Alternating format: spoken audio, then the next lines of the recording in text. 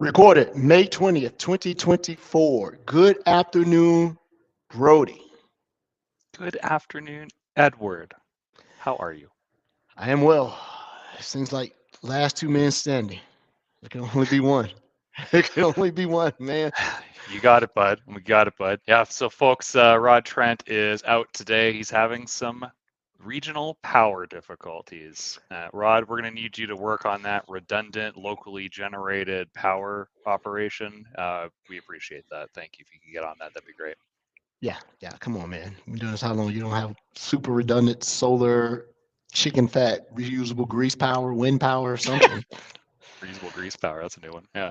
Yeah. Good times. Good times. What's new, Edward? Man, oh man, it's Monday. Uneventful weekend. Weather was sort of great. Then it turned crappy. Then it turned great. Did a little work in the lab. Sort of feeling what you're feeling around the identity stuff. I've actually played in my lab with a bunch of identity stuff. Like, oh my God, there's so much here. So many things you can do.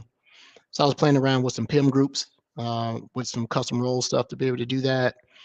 Was playing around with some Sentinel stuff. Seemed like I hadn't touched it in a gazillion years. So I wanted to do some updates to some analytic rules. Um, I haven't taught a bad mouth Meraki in a while, so I did a bunch of Meraki updates. I think I'm gonna put a new appliance in. So I'm sort of doing something funky without a load balancer of a sort. So I'm trying to get the download traffic on one circuit provider to come in through one firewall, but make the egress a different exit. You're still going to go out the same cable modem, but I think I'm going to add another circuit to the house just for redundancy.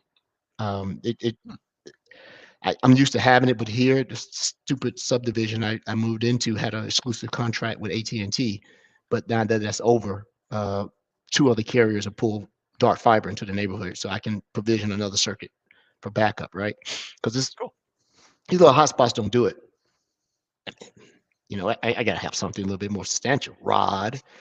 Uh, Rodney.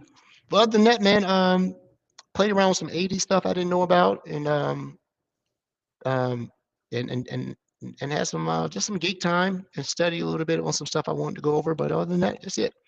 What about you? Cool, cool. Well, it's the long weekend here in Canada. It's the Memorial Day long weekend. And I'm basically effectively off on parental leave starting next week. So I'll be doing some training and some certifications next week just to fill in some time while I wait for the baby to come. And so leading up to the weekend, I was finishing up with my current customers. So I finished off a couple of engagements with a public sector customer that I was working on for quite a while, over a year. So everything from zero trust all up across all the different pillars, strategy, framework, proof of concepts, demo environments, planning. It's very interesting. And also worked on some Azure policy, custom initiatives that align to the security control framework, security cloud framework, sorry, security control framework, security cloud. One of those. Yes, Anyway, CSI stuff. SFC, yeah, or SCF. See, I can't even remember. I've been off work too long. And then I have an existing customer, and I handed off my work to a colleague, Ali, who was on the show recently, and back in Redmond. And Ali is working with me on a data protection and governance program with this customer. So we were talking with everything from sensitivity labeling, information protection, insider Mhm. risk management, loss prevention, you name it. Even the fun stuff like retention, deletion. I don't like Oh, doing that. I've It's done not some it's not RIM. fun. It's not fun for me, but you I've got done to do some it. You RIM got to do it. projects, man. They once you get legal in, your project's shot. Right. Well, you can't delete that. What about non-repudiation? What about executive status when they leave? We have to have this. I'm like, oh my God, who does this? Who can actually do this? Right. That's why you got to have partners who know this data governance and data protection and labeling and all that other stuff. Right.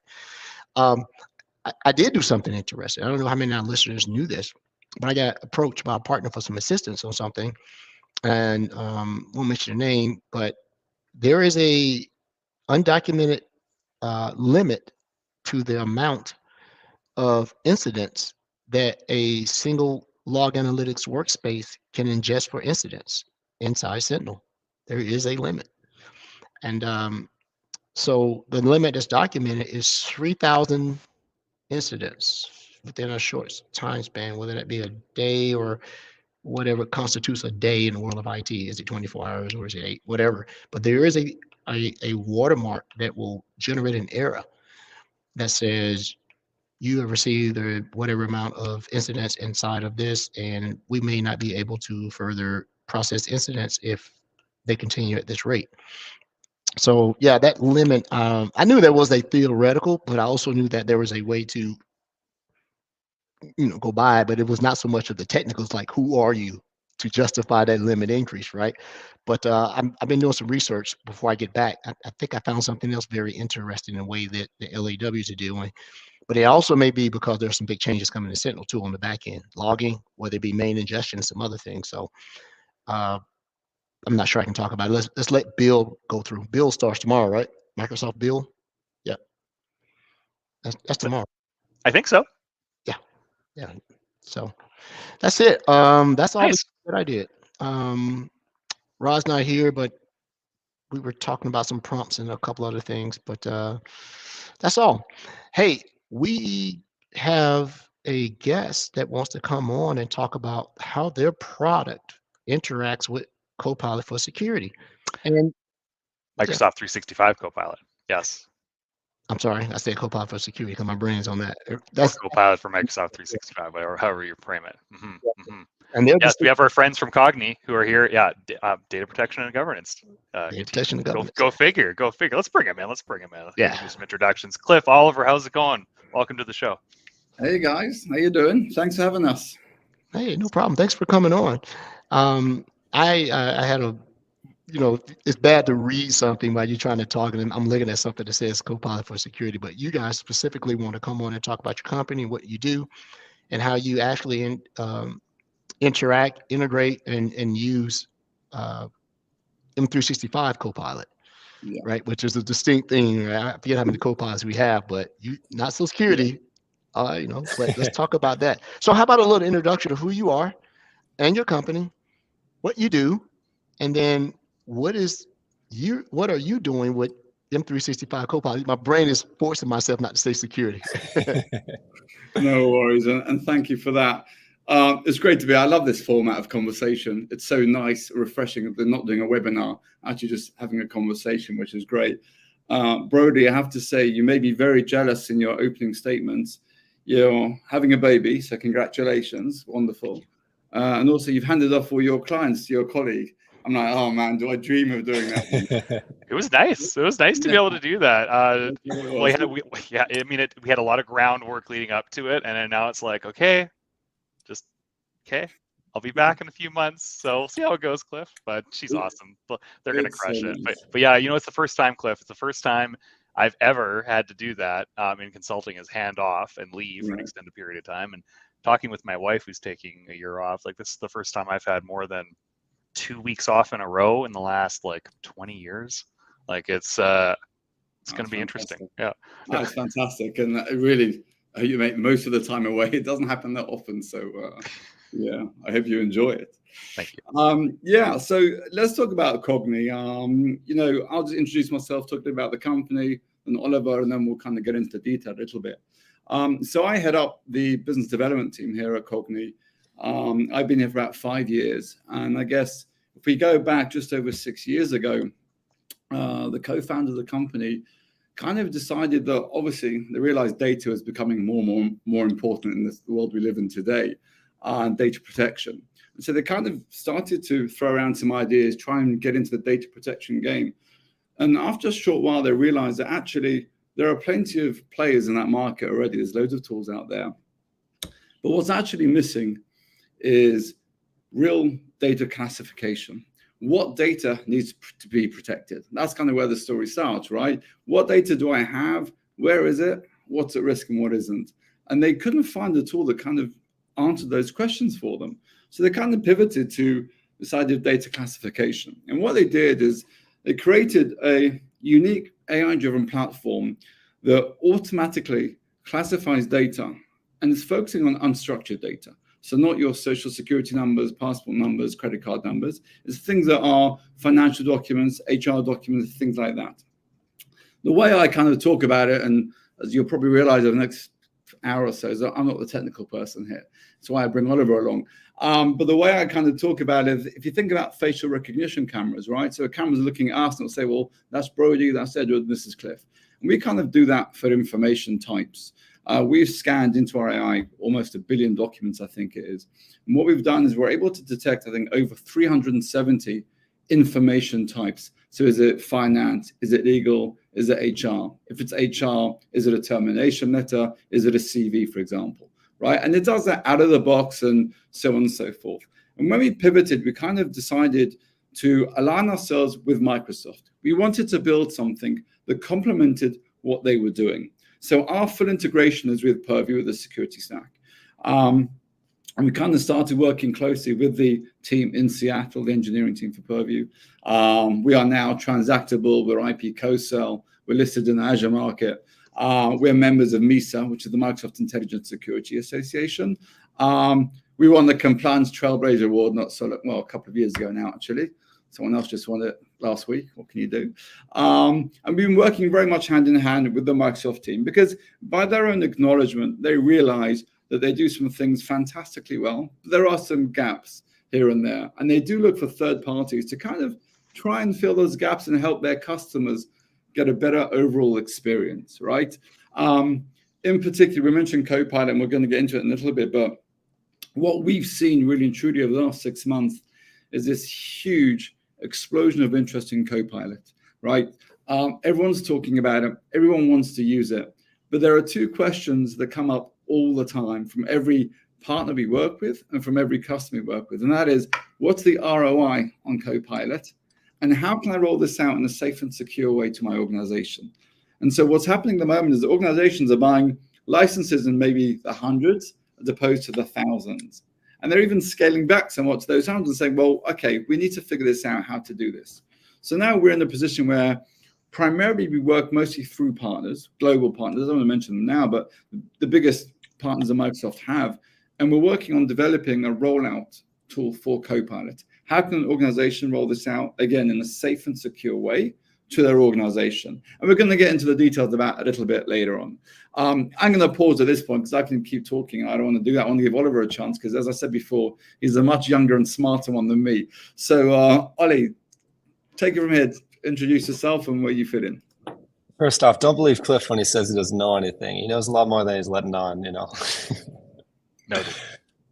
But yeah, no. So Cliff drags me along to all his fun stuff, and you know, basically my job is hope that we have some answers. But at the end of the day, no, I like Cliff said, it's kind of been really cool seeing co-pilots, all the various co-pilots, Edward, coming along. They have so much potential to really expedite a lot of the menial stuff that's going on today. But again, the question is, how do we hit on the proper use cases, number one, and then how do you kind of make sure that they stay within the scope of what they want to use, right? So I don't know. With that, again, that's enough of an introduction for me. I'm sure we'll keep going. Good stuff. Yeah. So primarily the background came from data security, information protection, etc. I know that we're going to be talking about Copilot for M365 integration with your team, but I looked up some of your capabilities earlier today, and I was really interested in the integration with the Purview portal and your custom classifications. So I thought that it was really interesting because I know Microsoft's got our built-in sensitive information types, but you classify based on business unit, let's say, right, and get down to the more specifics. And I'm curious about if you want to talk about that a little bit more, because that's an interesting take on interacting with Purview I haven't seen before, and I think there's a lot of value there. So I'd just like to hear more about that in particular, if you don't mind. Yeah, of course. Cliff, you got anything to add before I move in? Ollie, this is definitely your area of expertise. You know that. So he's just being polite. But... Well, so as Oliver goes into his conversation about this, is there anything you would like to share? Is something visual for, or you would just like to go ahead and just talk through the process of your solution? Either one works for us. I want to hear about it, the Purview part, because I'm interested, just like Brody is, how that works. Why don't I start explaining, and then at some point in the middle here, I'll get it up on the screen so that everyone can follow along a bit better. But Works for me. beautiful, beautiful. The context is essentially, if you look at something like Copilot for M365, right? Why is it such a powerful tool? It's taken all of the power of kind of the LLMs, right? Everything we've seen with, the explosion of OpenAI into ChatGPT into, Google Bard and whatever they branded that again these days. But basically, it's training that all on your own data, right? And so it's really, really powerful because you can ask it all kinds of questions about, hey, what's happening with company X, Y, Z, right? What's happening with, meeting A, B, C? How should I prepare for this? Can you make me notes for that, right? And the really difficult part is how do you make sure that you can access everything you should with nothing you should, right? And that's been kind of one of the fundamental questions that's been facing everyone in this whole journey, right? And so, we've been working now with kind of the Purview stack for a little while. Obviously, for kind of people who are familiar, that's the compliance stack within Microsoft, right? So labeling and notifying when different information is being used. But it's taken on a new importance when people are accessing, all kinds of information. We keep talking about there's a lot of stuff lurking under the surface, and it's just coming up now, right? With the Copilot for M365 being deployed across so many organizations. And so, from our point of view, there's kind of 4 layers to proper data security, right? There's the data source layer. What are you connecting to? There's the data discovery layer. Okay, well, in which data sources, what can you actually find, right?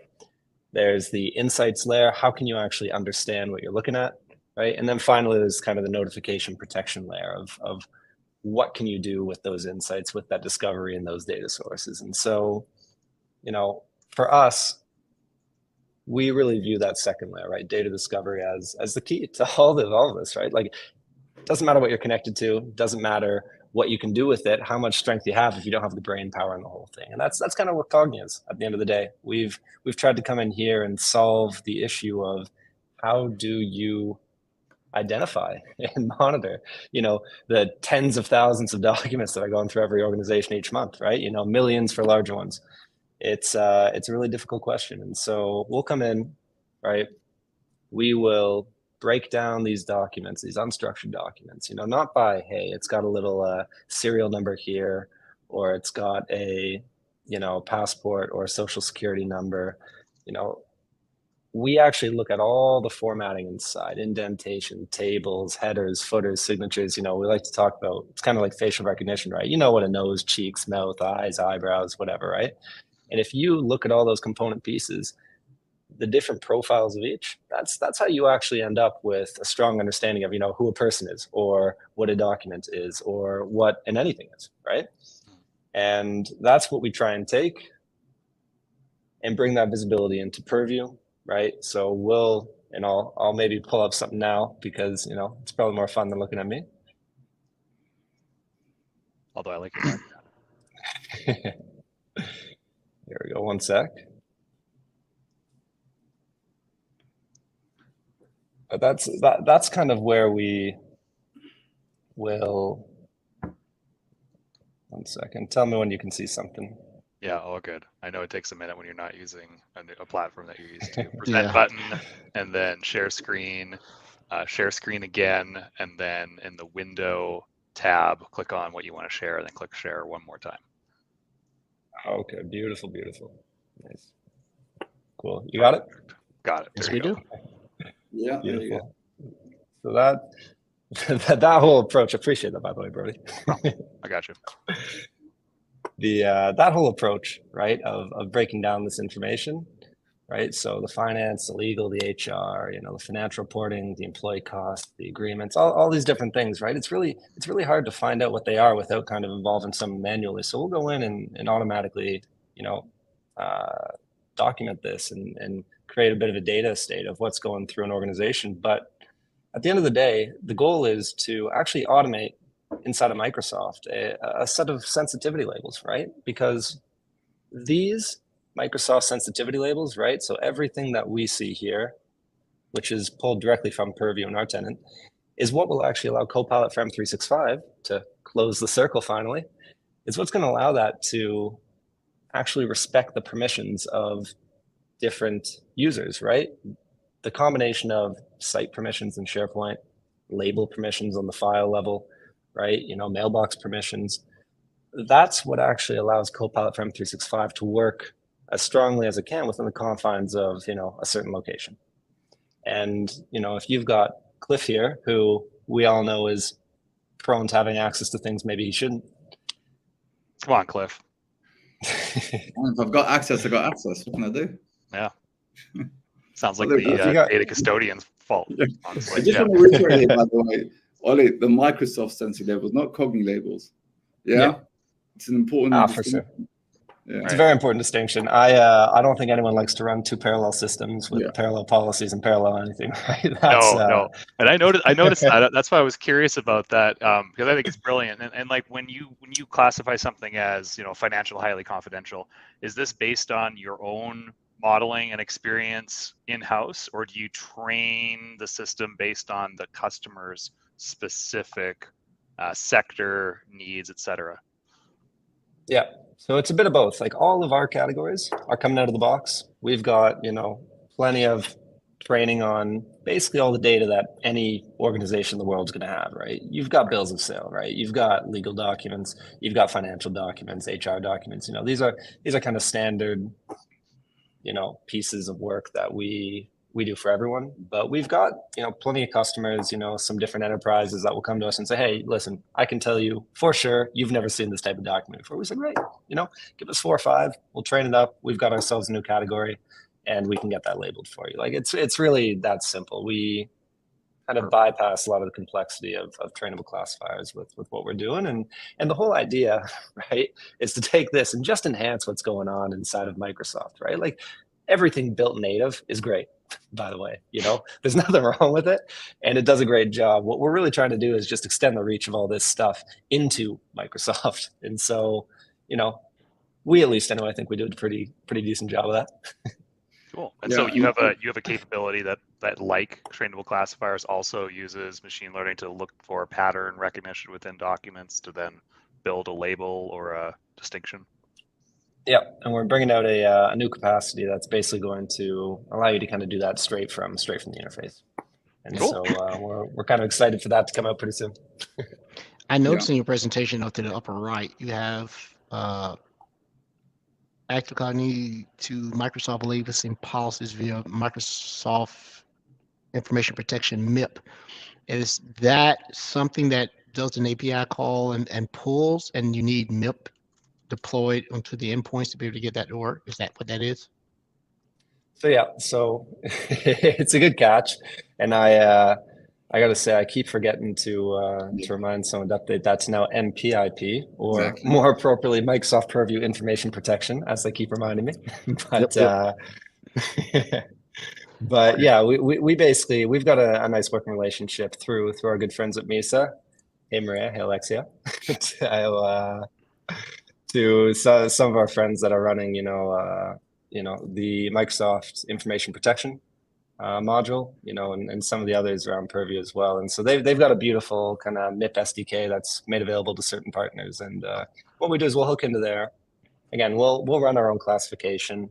We will do our own processing of all this unstructured data and some structured stuff as well. And basically, we'll hook into there and push the request through the MIP SDK, make sure labels are in place, and really at the end of the day try and bring someone from point A of I'm not quite sure what's going on, right? I've got Copilot for M365 coming out. I've been told by the board that's a new mandate. We're gonna try this out. We bought 300 licenses as was the minimum a little while ago, right?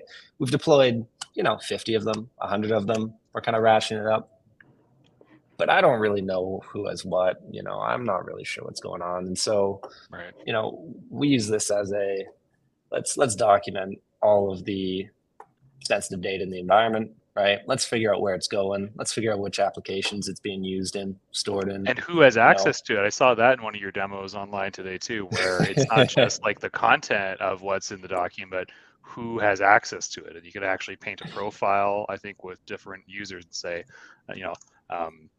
Cliff here. Cliff's got access to, like the 5-year plan. Cliff's got access to everybody's salaries. Cliff's over permission versus just what's in the document. Actually show the permission structure as well, which I think is cool. Exactly. So we've got and we've just built this out actually with a couple of our partners. And I appreciate the research, Brody, by the way. That's a fairly new addition to Cognni, I'll say. But we've basically built out a scanner to go through SharePoint and say, hey, you have oversharing in these locations. This is a public site, or this is a private site, or hey, here's a user with a strong or weak affiliation to, let's say, highly sensitive financial information, right? And we use those signals to basically try and scope in what should you do, right? What are the next steps? How can you, land some kind of secure licensing for something like a Copilot for M365, and then build it out over time, right? It's always a bit of a journey, We come across some partners and customers that we really appreciate that are super well informed, much better than we could ever hope to be, and really kind of experts in their field. We've come across people that ask us, what does compliance mean, right? And from both sides, you kind of say, listen, everyone's actually got the same needs. It's just a matter of how much education you got to do before you get to the same point, right? So Oliver, based on your last comment, I'm going to ask 3 micro questions that make one big question. You were talking about a scanner that you have. So my introduction into this years ago when I first started working at Microsoft was the AIP scanner.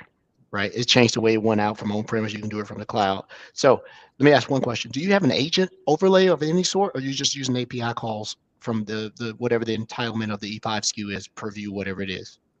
Is there an agent? Yeah. So we've got kind of 2 offerings right now. We're with a couple design partners on our on-premise offering. Obviously, that's kind of got some super light touch agent. We're doing the processing still through the Azure data centers, where we're kind of working with all the Microsoft tool sets and whatnot.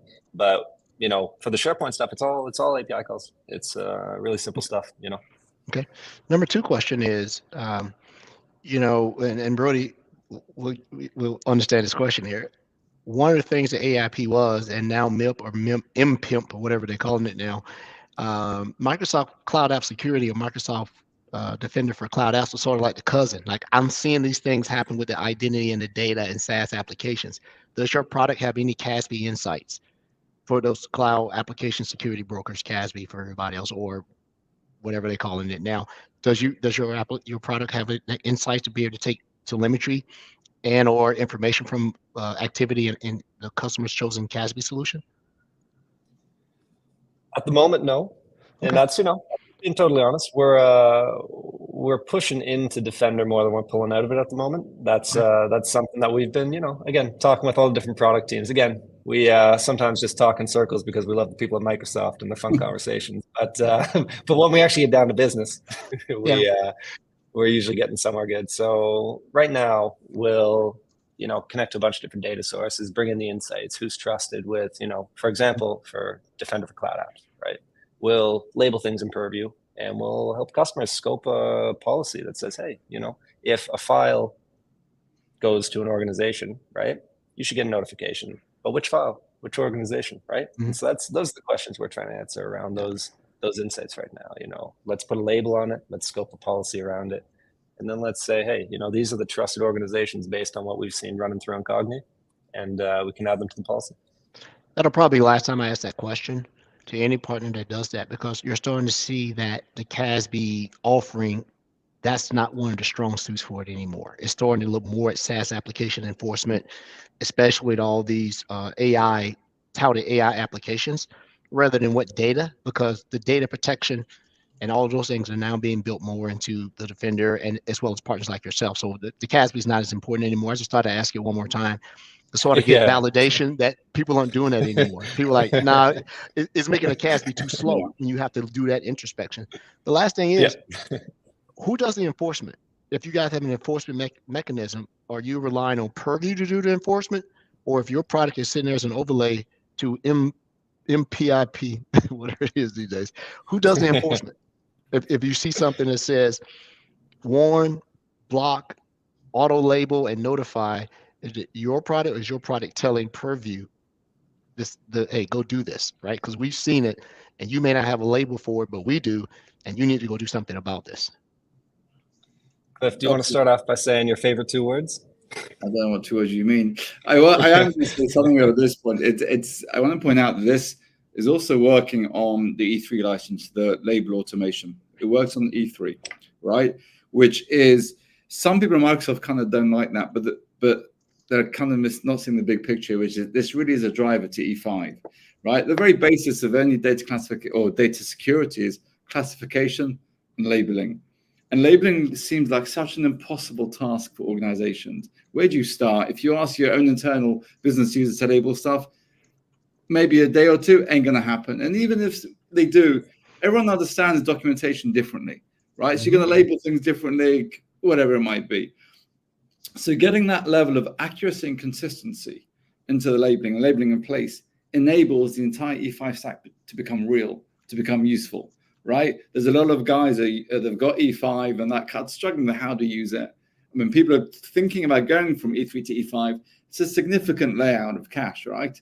So they're kind of umming and ahhing.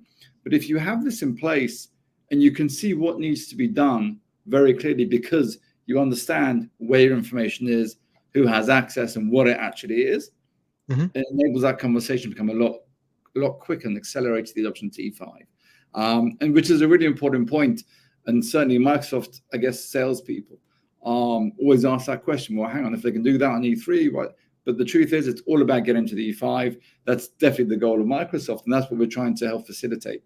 And that's why Microsoft themselves bring us into a number of conversations with their clients who are, let's say, dithering as to whether to go the full E5 or not. Yeah. By the way, Cliff, the answer to your question was better together. Those are your 2 favorite words. Better together. That seems to be the answer to it. But that's interesting that if you had to ask somebody at Microsoft, the North Star is always E5. Well, you didn't do anything with E5. The fact that you said, hey, if you have E3, I like a realistic approach because this is what the customer has. Their requirements it doesn't get any less because they can't get the E5 SKU. But you're right, it is a lead in because you always have that conversation. Well, wow, how can I get this thing that you were talking about? Well, I didn't sell you this, but I'm telling you, you have to go to Microsoft to get this to enable this particular feature or capability in our product. It has nothing to do with us, right? You can't call an API endpoint if it doesn't exist. Exactly. You know, and it doesn't exist because you're not enabled or skewed for it. So I get that. For sure. And also, I mean, what we're trying to do is kind of make Microsoft the single go-to product, if you like, for everything, for all cybersecurity, right? There are so many tools out there today, right? And CISOs are like, the number one problem is, what tool do I use, right? Because what's best, wasn't best. The guy that was here last told me this, the company already paying for this.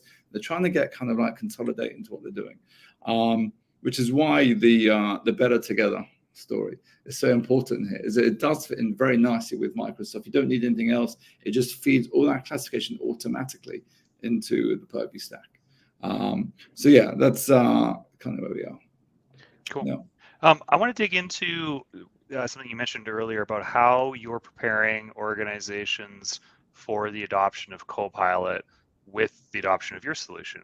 Can you get into the specifics on how you're ensuring that AI broadly, right? Whether it's Microsoft applications, whether it's third-party applications, we're ensuring that these applications and services don't have access or have permissive access to a large swath of data without having checks and balances in place. Sure. I mean, Ollie, you'll kind of permission scan and so on and so forth in a second. But everything we've done the last 6 months development-wise, you spoke about Defender for Cloud before, and it's coming. A lot of it was pushed off because of this immediate need for this Copilot rollout. Our partners, the Accentures of the world, people like that, are coming to us and saying, we're struggling with getting our customers, to adopt a Copilot here. And we need, their biggest problem is doing it in a safe way. And so what we've developed, and what Ollie will kind of walk you through in a second, is really based on direct feedback from our customers and the requirements from our partners, right? I think this is going into general availability, I think, next week or something. But yeah, go for it, Ollie. Just talk through the permission scanner, because it's kind of like eye-opening, as it were.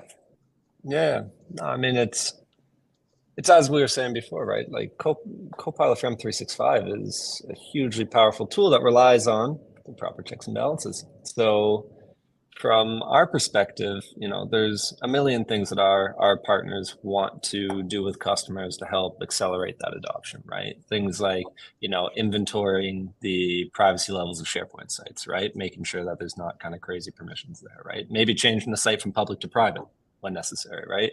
Finding site owners and notifying them to review permissions, identifying sensitive content, applying sensitivity labels. There's a whole swath of these, that we've been talking kind of very extensively with all our partners on, because this is what customers need to do to get from A to B, right? Is kind of make sure sites have the proper permissions, make sure files that are, rogue and a little bit, disparate or all over the place are actually with the proper labels. And so, we run in 3 really simple steps, kind of our assessment and protection program, right? Number 1, we're going to scan all of your SharePoint sites, and we're going to say, hey, which ones are public, which ones are private, which ones are exposed to more than X number of users. That's all configurable. More than 300 users, 500 users. It's a little different when you're 70 people and 5,000 people and 10 million people, right? But so we'll create those buckets of sites, and we'll say, hey, in all your public sites, let's do a scan. You've got 55 public sites in your organization. Let's scan and let's look for all that unstructured data that you're going to have a lot of trouble cataloging, right? And like Cliff mentioned before, we kind of do that on the earlier SKU of Microsoft licenses, because the fact is, not everyone is at or ready or willing to kind of move up just yet. And so the best thing we can do is kind of get people prepared and seeing utility and making sure that they're able to kind of pull value out of what they're paying for today and build business cases for why they might need a bit more in the future. So we'll catalog the site permissions. We will scan for all those files in those sites. And then we'll say, hey, you had 55 public sites. Inside of that, there were, 23 of them had accident reports or discipline documents in them. And there were 2,753 files, right, that were in those categories. Right? Would you like to apply a Microsoft Purview label? Okay, that's a pretty simple, straightforward solution. But the whole idea is, whether it's pulling a report and saying, hey, review this list of sites, whether it's automatically applying those labels, how do you go from not being able to see anything inside of your sites to visibility to protection, right? That's the 2 leaps that every organization has to make. And, there's increments along the way, but that's really how we're approaching it. And so far, I mean, again, early days as with everyone, but, we're seeing some good feedback on that. So yeah. I think at the moment, it's very much a stage of kicking the tires with Copilot. I think it's educating people also. I think the CISO of Software One, which is one of our big partners, they actually use Cognni internally. You said Copilot's really only as good as the people that are asking the questions or the questions being asked, right? And it's really true. And so people need to go through this kind of education to understand how they're going to get Copilot to work best for them. I think there'll be a massive upturn in Copilot towards the end of this year. I think Microsoft have a target of 13 million licenses by the end of the FY24. I don't know how they're doing with that. But I think that towards the end of 24, beginning of 25, you'll really start to see organizations adopting it across their organization completely, because there's so much potential there, right? There is a lot of time-saving efficiency capabilities that people aren't really aware of. Right now, they're looking into can you give me a summary of a meeting or prioritize my emails? But it's so much more than that. And it's just a matter of time in education. And they'll get there. And I think Microsoft are doing a good job in pushing out that education. But it's going to take time to kind of filter through to everyone. They'll get there.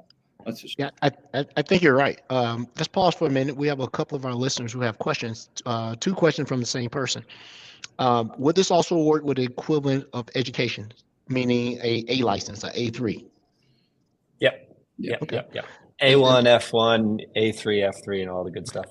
And for our listeners who are not familiar with the alphanumeric designators, E is enterprise. A generally designates education, whether it be TDs or college, and G is gov. So let me go to a G license. Will it support G licenses, which is agency and government?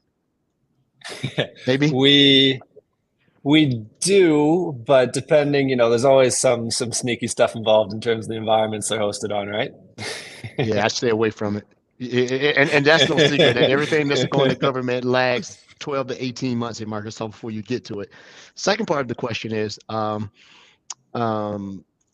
he asked, if I wanted to talk to a partner of your company, who do I speak to about finding a partner? I think that's what he's trying to get. For a partner who wants to get in touch with Oliver or Cliff, can I ask this who to speak to? I guess they just want to find you. I don't know. Put some clarification in there. Yeah. It's very easy. Cliff@cognni.ai. Send me an email and we'll take it from there. Easiest way. All right. I got another question for you here. I didn't do as much research as Brody did today, but I threw your name out there. Some of my peers. Two interesting things came back about you guys. One of my peers that does it, he said, excellent for M&As. We use it for all our M&As, mergers and acquisitions, see what's coming in before we go. Because when they buy a company, they have no idea what the other company does. Right. So they use it for M&A, which is really cool. All right. Do you guys sort of map to any of the frameworks as part of like your modules like NIST or, Zero Trust is just an initiative, and or any of the regulatory bodies like PCI, GDPR? Can you just have a GDPR module and say, hey, this is what we're going to go at right now, a HIPAA high trust? That's such a great question. You have no idea how important it is you ask that question. Let me tell you. Oliver, go for it. Explain. I'll say we just did actually a big kind of reorganization of how we're presenting the insights inside our product. Why? Because of two things, right? The new NIST and DORA regulations that are kind of coming in, right? And the need to build those modules and say, listen, it's all well and good to show me everything, but the Digital Operational Resiliency Act, right? DORA coming in through the EU at the end of the year, right? Basically says, where's your financial information? All of it, not just the structured stuff, unstructured stuff. Tell me where it is. Tell me where it's going. Tell me how it's protected, right? So NIST2, DORA, some of the GDPR stuff, we're looking actually right now at when we're going to deploy these models and say, listen, here's your, connect to Cognni, take 2 weeks on the platform. Here's a snapshot, a little bit of what's going on with NIST2, what's going on with DORA, right? Get a little secure score and say, do I need to send educational notifications? Do I need to label information? Do I need to just pull some reports and say, hey, it's all good, but let's just make sure we've got this in the history books, right? So we've got a bunch of those coming, and then obviously the Copilot stuff. I don't need to harp on that again, but it's all in the same bracket. Yeah. Well, I'll just say that a decent number of our customers are driven by the requirements from the finance department or the legal department, HR department, and they're very focused on specific types of regulation compliance, like DORA, for example. We have the ability within our platform just to focus on one particular information type and give access to one person with one information type. So you can keep it very limited to what people are seeing. But people say, well, who are the people you're selling to? Who's buying it? And it does range across different types, but more often than not, it comes from someone in HR or finance or legal that says, I need to get a grip on what's going on in my department because my head's on the block here. And they've got no way of doing it themselves. You can't do it manually, right? There's just too much these days. So you can, but you have a 24/7, 365 job with no life and a massive team that had no value. Yeah. I can't tell you how many times we've spoken to companies that said, you know what, we're going to bring in a team of students and we'll try and do it. 2 weeks later, they're like, okay, that didn't work. It just doesn't work. It can't work, right? Scale, concentration, whatever it might be, it's not going to work. So I remember, Cliff, you built out that ROI document a little while back about, what does it do manually versus automatically, right? And we took, if you just take minimum wage workers, right? Just people on the lowest possible pay scale and say, hey, go through all this manually, it still is, 2.5 times the cost minimum to automate stuff or to classify stuff manually than automatically, right? Like It's a no-brainer at this point. Someone's buying some tool to take that off their plate because come on. Yeah. And the data sprawl is just, it's intense. Edward brought up third-party SaaS applications. It's important that we understand where all of our data lies within those apps. on our on-prem data. You can use the MIP information protection scanner to do that. And then your just standard Microsoft 365 tenant or other public clouds like Google and Amazon. Like, I don't know how one person or a team of humans can manage that. That is just an impossible task. Yeah, and it's I don't know how AI does it. You made an interesting note here, Cliff. You were saying that Microsoft's ambitious about getting some double-digit million in that. I don't think that's out of the park. I think that the industry that you're working in right now with the particular Copilot solution gives you guys a distinct advantage because it is easier to understand SKU versus SCU. Because you're buying a SKU for M365 and you know exactly what you're getting. I got 13,000 people. I need 13,000 licenses of M365, Copilot. But when you're looking at Copilot for security, you're talking about a consumption model based on compute and this and how long something takes. Yeah, how about that? This right here is pretty straightforward, right? And then you know exactly who's using it by who's enabled for it. I can go inside the licensing and see it's applied to this person, rather than creating role groups for those who have access to be able to burn this stuff. So I think you're in a very, very good market right now because it doesn't take much to adopt this. People can understand I need to go buy these licenses as an add-on to be able to do your product. And that's easy, right?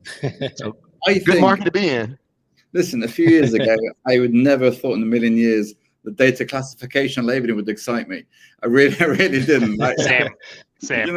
I thought I'm not that type of guy. But the truth is, it's an unbelievably dynamic market at the moment. There's so much going on with data from so many different aspects: compliance, security, whatever it might be. That everyone's kind of struggling with it because there's so much noise about it. There's so many tools. There's so much kind of information to take in. And it's difficult. And so we're trying to kind of just simplify, one of the biggest questions we always face, like, where do we even start with this? How do we start this journey towards DLP? Because everyone wants to get DLP. How do we start the journey?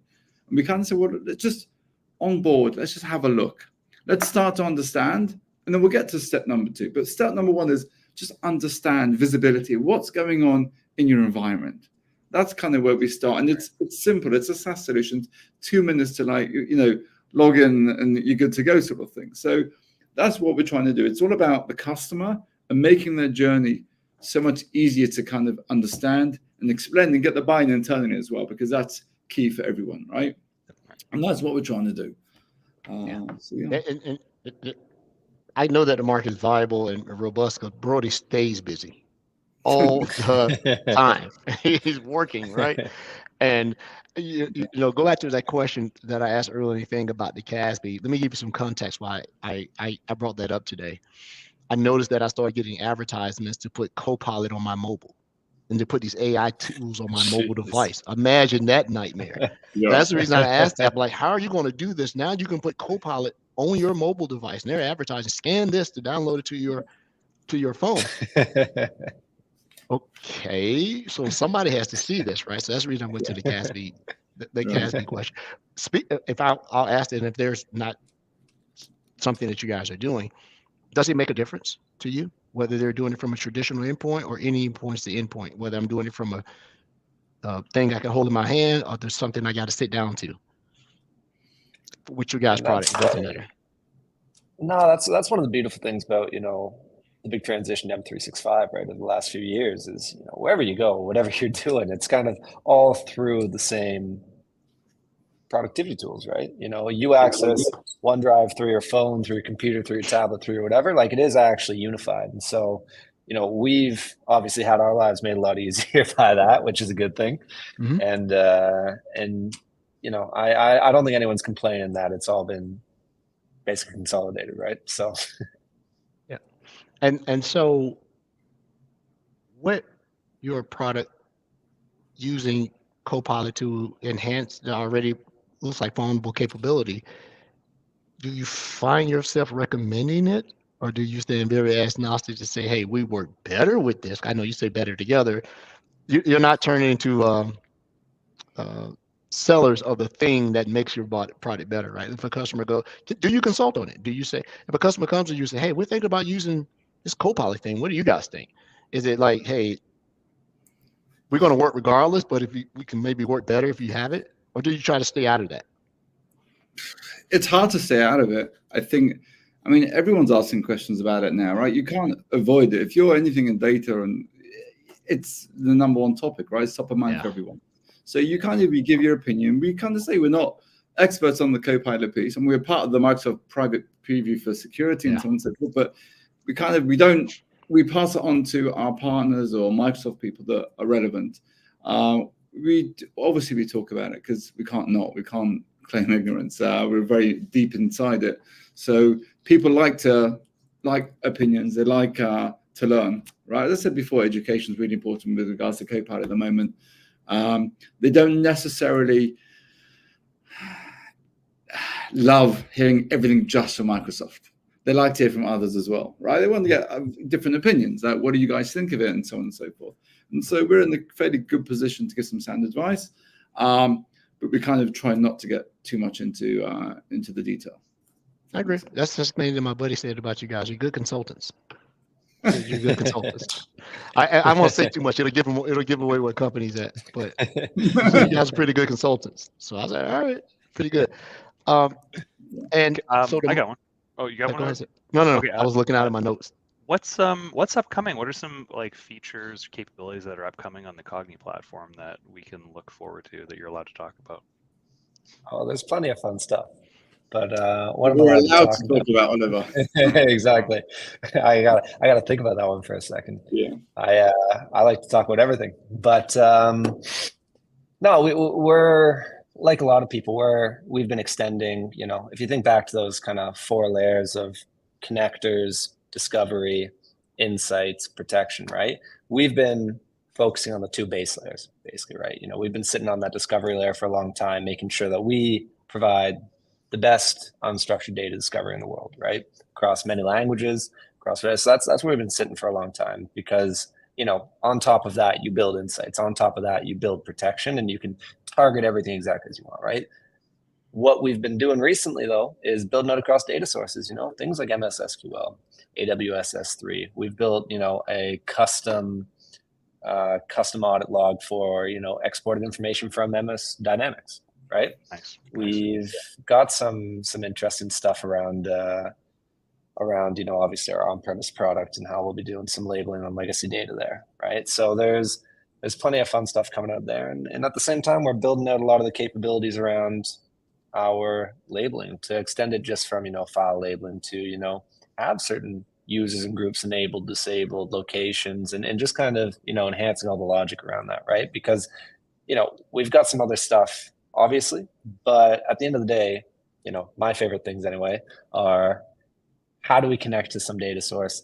How do we find all the data? How do we make sure that, you know, tools like Purview can basically benefit from what Cognni is doing in terms of discovery, right? You know, you've got all the brawn in the world, right? You know, just a bit of extra brain never hurt anyone. So, and Oliver, you mentioned before also on-prem, which is also going to be released as well. And I'm going to say, being very vague on purpose, a much deeper integration with Purview as well. There's a lot of stuff that we've got planned in the next 3 months and beyond that. It's going to kind of really enhance that better together story, if you like. Yeah. Nice. Is there an upcoming announcement or event that we should make folks aware of? I mean, the permission scanners, like, that's going to be really significant for our customers and our partners. It's going to be game changing, I would say. Again, it's coming directly from the requirements of our customers and from our partners in terms of Copilot. It's going to make the rollout a lot easier for people and a lot safer. And I think it's going to really kind of fly off the shelf, as it were. But to put Cliff's answer another way, we're still recovering from RSA, so we've got a couple of weeks of quiet, and then we'll kind of regroup and figure out who's going where when. But we had a lot of fun, you know, presenting with Microsoft at the booth and meeting all the partners that we unfortunately see about 3 or 4 times a year. So copy that. Awesome. That's all my questions. Ever you got anything else? Dude, you're on mute.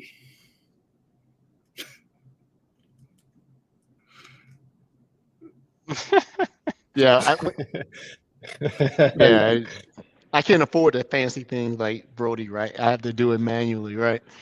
No, this has been very informative. I'll admit that the whole discipline that Brody works in can be intimidating. It is a lot of work, right? And this is not something that is necessarily binary. The way I work in threat intelligence and forensics and stuff like that, it is always moving, right? Because data is always morphing and changing, and you have to be able to be dynamic and know what you're working against, what you're working with, and who you're working with, right? To be able to do these things, right? So if you don't skill your customers up, they're never going to get better. And like I said, if you're teaching these things, they should get better with this, and it should make your product better, rather than, you know, I think your product is one of the better products out there to show bad habits. These are bad habits. Stop doing this, okay? You know, I'll tell you a funny story, Ed, just to butt in for a second. Is, whenever the way we work is we onboard a client and then we bring them back a week later and they open up their platform of Cognni, and they always want to see, highlight a couple of things. So we've got this forensics page where you can search by name and you can find all the risks that person's responsible for. And so, everyone says, "Oh, do me," and then this whole list comes down, like, "Oh shit," and they move on, and they're like, "Let's look at the CEO." And the CEO is always the worst culprit. He has everything exposed to everyone. The board, always. It's unbelievable, and it happens every single time. So yeah, it's a big problem, and you're right. There's a lot of, I think, Ann Johnson she spoke a couple of years ago. She wrote this great blog about. Yeah, she wrote this blog about digital empathy. So I'm trying to understand how people are working. It was just after COVID, people working at home, people making mistakes, genuine mistakes about how to share information, so on and so forth, and people getting caught up in trouble. And she said we have to understand that people have certain capabilities, they get used to certain things, they make mistakes. And part of, we talk about Cognni as an education tool as well. It's not just like capture, it's like, let's try and teach people what they're doing wrong in a nice way. Do you know what I mean? Yeah. So you can think, why is Brody sending all this stuff to his Gmail account? Because Brody wants to work at home. So, just things like that. But you think that just goes against everything we believe in as a security part of the organization. Right, Cliff. Well, you bring up a good point. Well, then how do we enable our teams to work effectively at home? Right, to your point, because if people are going around the controls, there's obviously the miss here. There's a gap between what people need to do from a productivity standpoint and the business and security. We got to find a blend. So that's a good point. And I think it starts with leadership too, because this is just a perspective for me, and you guys work in this way more than I do. I'm on the other side of the way bad guys do stuff. Whereas in your realm, the end user is the bad guy most of the time by ignorance. They're not doing it maliciously. Well, they can. That's by insider risk. But one thing I have not noticed, if you look at almost all of the C-suites, very rarely do I see, I'm sorry if my mic, it sounds like ants are crawling through it or something. Very rarely do you see a deputy CIO. You'll see a deputy CISO. Yeah. I've seen even CTOs, but very rarely. And so now this thing has sort of been offloaded to different executive sponsored roles, your data protection officer, your DPO, and things along those lines. And so if you have CISOs who are still trying to be the person in charge rather than, if they're still trying to be the person responsible rather than the person accountable, that's a recipe for failure. Someone else should be responsible for it, but you are accountable if you think it's going to happen. And I don't know why you don't see a lot more deputy CIOs, because they're overwhelmed. And then you see them report up to somewhere like the CFO, which clouds their judgment about how they go about their business. Because CFO is like, is this going to cost me more money? Why? And then you find it down the line, whereas, the CISO is a little bit, gated, because he goes, I can keep the bad guys out. So if the bad guys come to work every day and check in at 9 o'clock, I don't know what to tell you.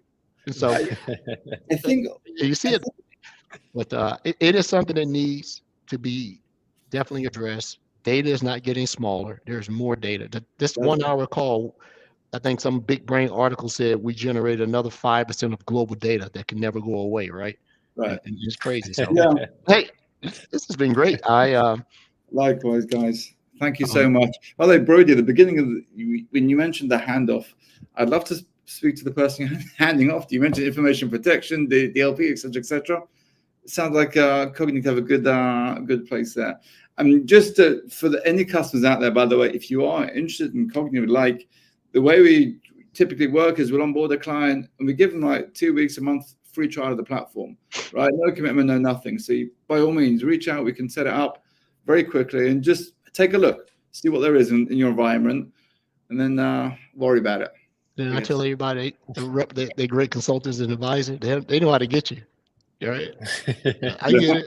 I want to buy it. I don't even need it. Can I buy some? I don't even want it. Well, Oliver and Cliff, thank you so much for coming on to the show. This is not a topic we generally, talk about, data classification, things on that line, even though we have one of the best on the show in Brody. It's because it's hard. So that and compliance is hard. Me to talk about Sentinel and threat detection forensics, right? Yeah. Get a bunch of us in the room like you figure it out, right? But this is good because you have to deal with people all the time, and the bigger organizations are the ones their risk to them is that they keep growing, and you can't. There's no way you're going to mitigate that risk, right? You gotta hold serve if you're playing tennis, or you got to defend the end zone if you're playing football. There's no way around it, right? You got to play hard, make them punt, make the bad guys punt, and go the other way. So, or make a volley that they can't get to, but. Everyone, thanks so much for tuning into the show. Thanks to our outstanding guests, Oliver and Cliff, for coming on. We'll get any of the information from them. We'll put it in the show notes. We'll put it across all of our medias, our social outlets and everything. And this is a really good show. Super, super interesting. Got some good questions from, I think that's Trevor, Trip8472. Just watch the show, Trev. We'll be able to get the information out to you so you can reach out to them directly if they want you to talk to them. Yes, we do. And we'll go there, right? So next Monday, we are off for the American Memorial Holiday Week. I think, Brody, you guys are doing it now. Is it Victoria's Day? Is that what it is? That's today. Today. Okay. So no show next week, but we will be back June 3rd, and we have a surprise for our listeners and our supporters. So have a good one. Thanks, guys. Thanks so much. Bye. Thanks, everyone. Take care. I got it. They actually do.